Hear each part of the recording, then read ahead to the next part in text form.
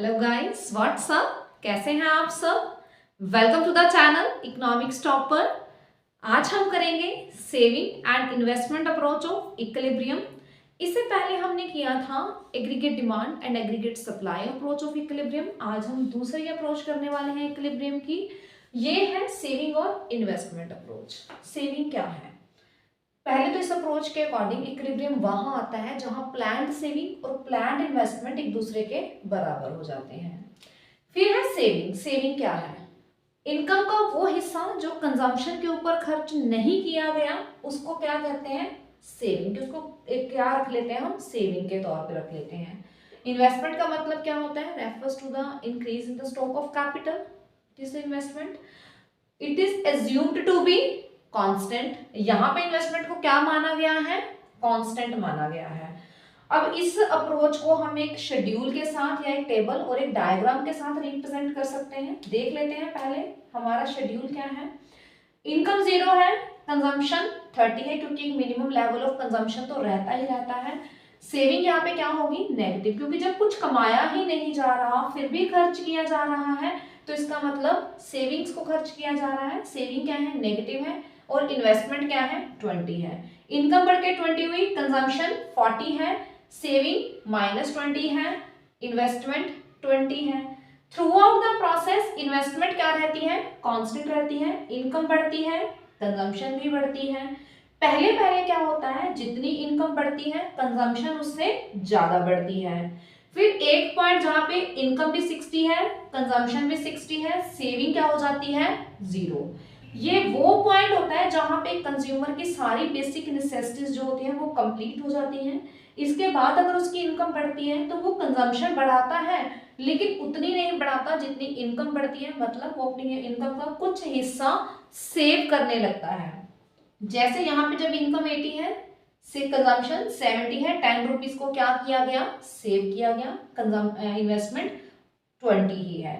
यहाँ पे आ जाता है इक्विलिब्रियम जहां पे सेविंग और इन्वेस्टमेंट क्या हो जाते हैं? एक दूसरे के बराबर हो जाते हैं। अब इसी इक्विलिब्रियम को हम डायग्राम के फॉर्म में रिप्रेजेंट करेंगे। OX एक्सिस पे लिया गया है इनकम, आउटपुट और एम्प्लॉयमेंट। OY पे लिया गया है सेविंग और इन्वेस्टमेंट को। S हमारा सेविंग कर्व है जो पहले नेगेटिव है फिर 0 होता है उसके बाद पॉजिटिव होता है जैसे जैसे इनकम बढ़ती है। आई हमारा इन्वेस्टमेंट कर्व है। ये क्या है? हॉरिजॉन्टल टू OX एक्सिस है क्योंकि ये माना गया है कि इन्वेस्टमेंट क्या रहेगी? कांस्टेंट रहेगी। ये दोनों कर्व पॉइंट E के ऊपर इंटरसेक्ट कर जाते हैं। यहाँ पे आ जाता है इक्विलिब्रियम और इनकम डिटरमिन होती है 100। मतलब इनकम, आउटपुट और एम्प्लॉयमेंट का लेवल डिटरमिन होता है 100। इक्विलिब्रियम है, सेविंग और इन्वेस्टमेंट क्या डिटरमिन होती है? 20। अब अगर इक्विलिब्रियम के बाद ये सिचुएशन हो, यहाँ पे क्या है? सेविंग ग्रेटर देन इन्वेस्टमेंट है। इससे पहले क्या सिचुएशन है? जहां इन्वेस्टमेंट ग्रेटर देन सेविंग है। अगर ये दो सिचुएशंस हो तो क्या होता है? कैसे फिर से इक्विलिब्रियम एस्टैब्लिश होगा हम ये भी देखेंगे। उससे पहले आप इसका ले लीजिए स्क्रीनशॉट। हाँ, अभी तक वीडियो को लाइक नहीं किया तो प्लीज लाइक कीजिए वीडियो को।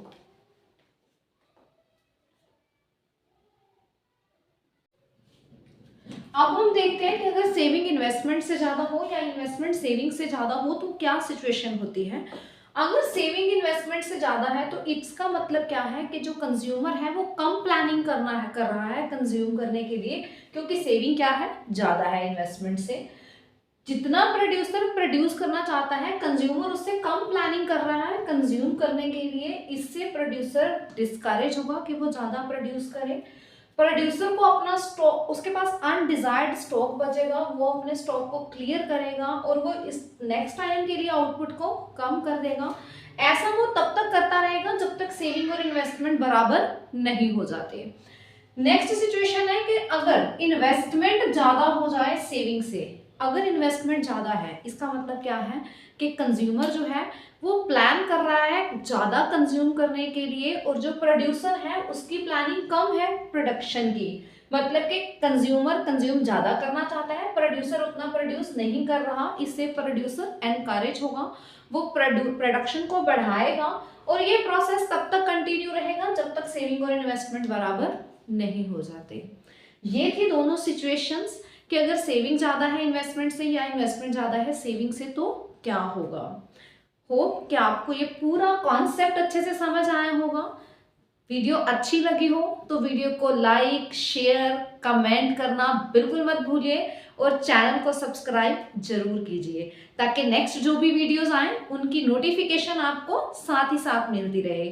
क्योंकि इसके बाद हम इन्हीं दो अप्रोचेस से रिलेटेड करेंगे न्यूमेरिकल्स।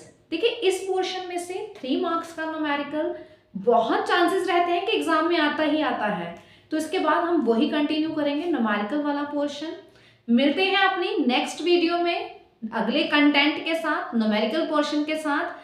तब तक खूब मन लगाकर पढ़ाई कीजिए। Till then take care, bye bye, meet you super soon.